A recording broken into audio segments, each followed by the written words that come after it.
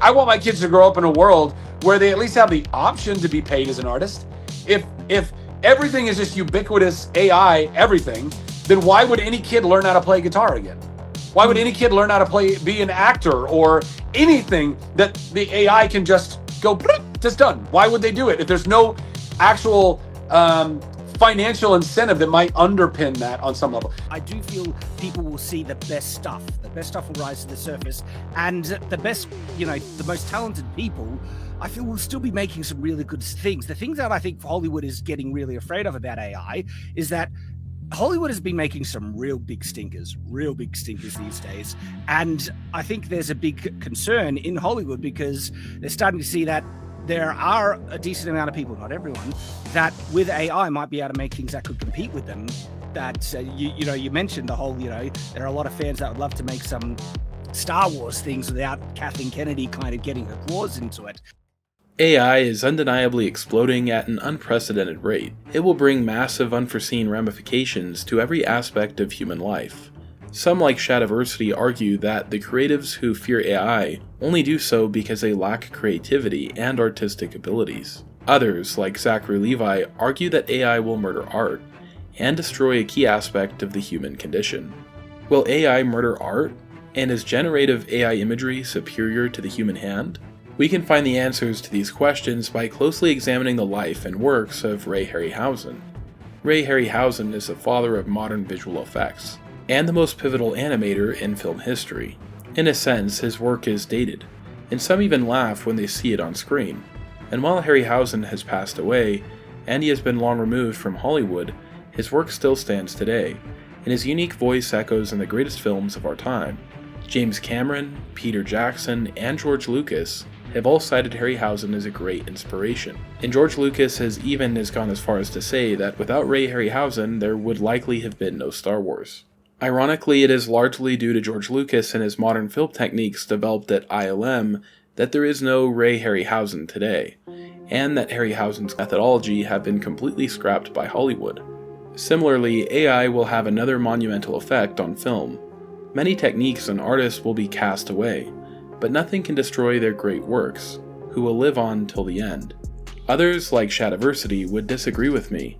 As mentioned in a previous video last April, Shadiversity spoke of Hayao Miyazaki, the creator of Totoro and the founder of Studio Ghibli. Shad compared a still image from Miyazaki's film Princess Mononoke to one generated by AI, claiming that people only liked Miyazaki's work due to the writing behind the films, and that the work was plain and uninspired.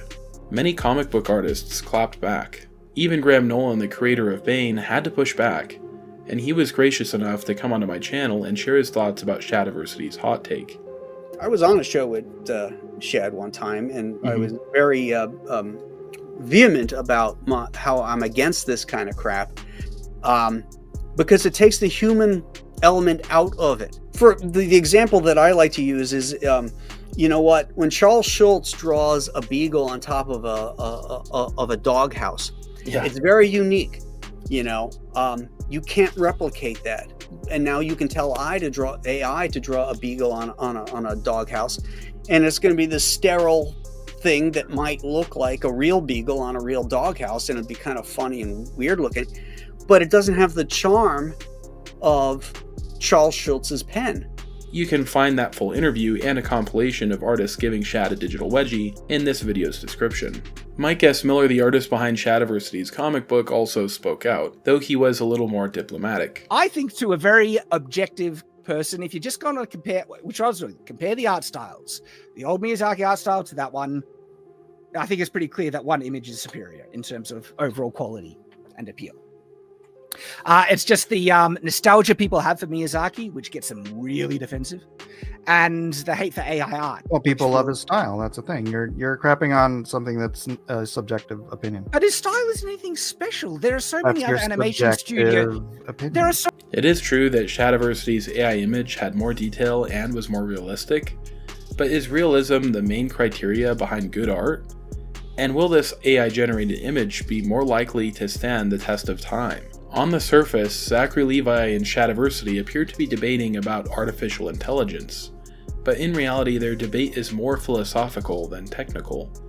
And the most daunting question about AI isn't about the future, but about the past. What is it that makes us human?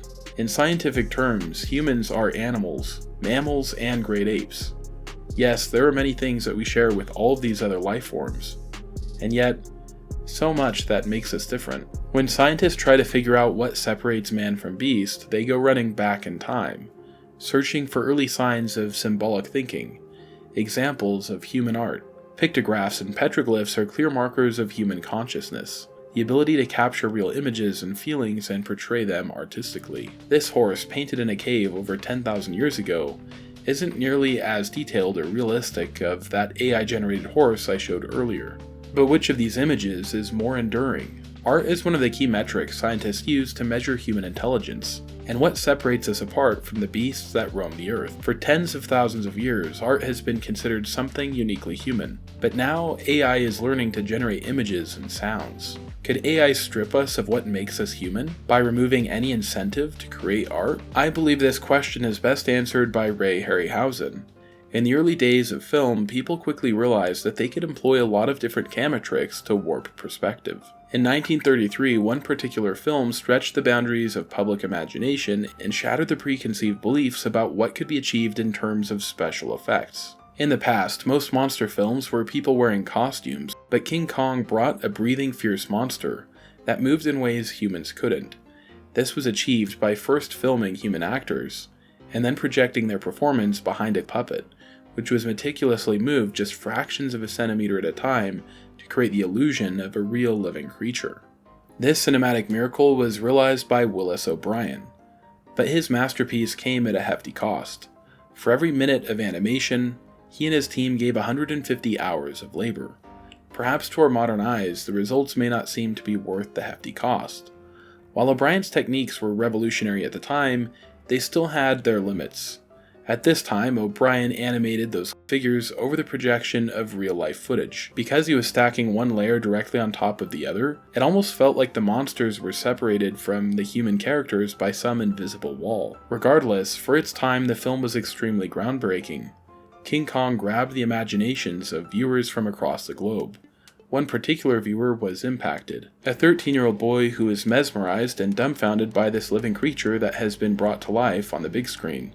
This young boy began spending his own free time making his own models and animated shorts. His name was Ray Harryhausen. As Harryhausen got a little older, he'd eventually meet Willis O'Brien, the legendary animator behind King Kong. Here O'Brien encouraged Harryhausen to study art and improve his skills. It was at this time that he had joined the Rocket Society, and met another ambitious nerd named Ray Bradbury, the acclaimed author of Fahrenheit 451. Ray would go on to work with Willis O'Brien on Mighty Joe Young. Then, just 4 years later, Harryhausen would adapt Bradbury's short story, The Foghorn, into the beast from 20,000 Fathoms. Unlike King Kong, this monster wasn't just walking behind humans, but amongst them. He was cracking the invisible wall that had previously restricted King Kong's movements. Harryhausen had created a new technique called dynamation. Here, Harryhausen would map out the movie scenes, creating spaces which were left covered so we could later animate inside of it, and then he would isolate the foregrounds and backgrounds, making it seem like these monsters were walking amongst people. And with the beast from 20,000 Fathoms, it was clear that the student had surpassed the master. Ray Harryhausen quickly became a staple of the fantasy and monster genres, and just like Willis O'Brien's work was fundamental in Harryhausen's artistic development, his work would go on to shape some of the greatest creative minds of our era. At Harryhausen's passing, Steven Spielberg spoke fondly of his work, saying, "My early exposure to all the leviathans of the Saturday matinee creature features inspired me, when I grew up, to make Jurassic Park." Jurassic Park incorporated many of Harryhausen's techniques.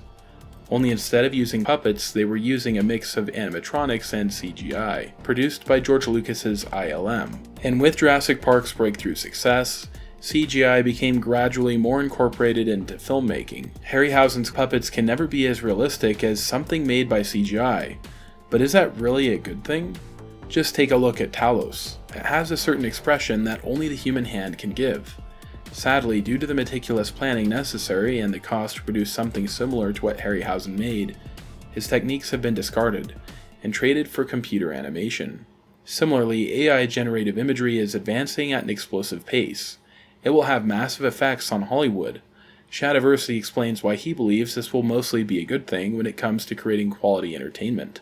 But I'm not as worried about necessarily the deluge of sludge that will come, because I do feel people will see the best stuff. The best stuff will rise to the surface, and the best, the most talented people, I feel, will still be making some really good things. The things that I think Hollywood is getting really afraid of about AI is that Hollywood has been making some real big stinkers these days. And I think there's a big concern in Hollywood because they're starting to see that there are a decent amount of people, not everyone, that with AI might be able to make things that could compete with them.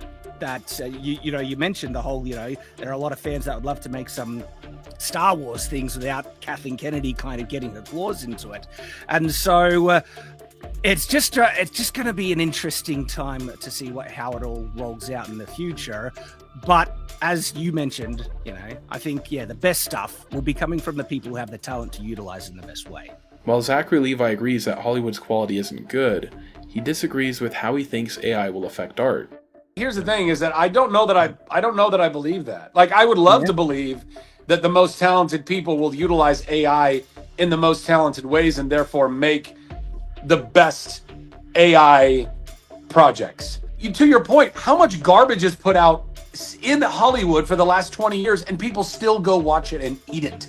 And they eat it up. I mean, listen, I'm not trying to shit on anybody in the franchise, but I don't think the Fast and the Furious franchise is really elevated entertainment, and it is a multi-billion-dollar franchise that I'm sure plenty of you have gone and gotten lots of popcorn and ate it all up. And you're telling me that a child with some good AI couldn't just be like, and then they fly to the moon in a car. I'm waiting for that. Like, this is what we're talking about. So I'm sorry, I don't think that it will necessarily. And more than that, you said that the good will rise to the top. Let me ask you a question. Do you really think that you've seen all the greatest stuff that's on Amazon or Netflix?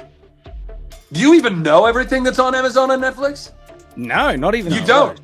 There's some gems. For all we know, there are dozens of gems that are sitting on Netflix that just haven't found the audience.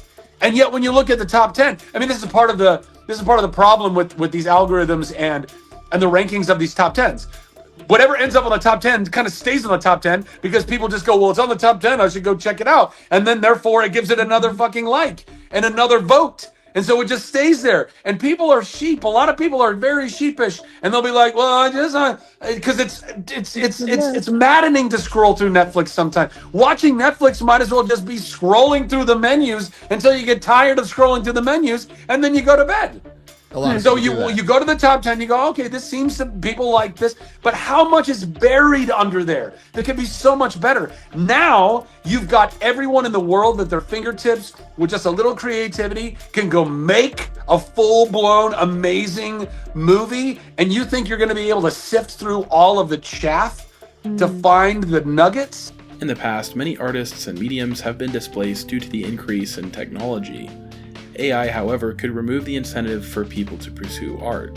Even if that is the case, just as CGI replaced artists like Harryhausen, his work still stands today, and so too will the work of all great creators. While I cannot say what will happen to Hollywood or the publishing and media industries in general, I can't help but remember these old cave paintings from millennia prior. While they may be crude and rudimentary in our modern standards, we assign them great value because they are a part of our history. Similarly, art is a social experience. People don't create art just for money, but because deep down they have a story to tell. The great screenwriter David Mamet was once asked, "What is a writer?" David responded, "Writers are like beavers. A beaver chews down trees because his teeth itch.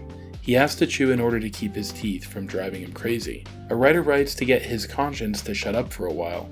Even if the audience for art diminishes due to the rise of AI, true creators will continue to produce music, literature, and illustrations.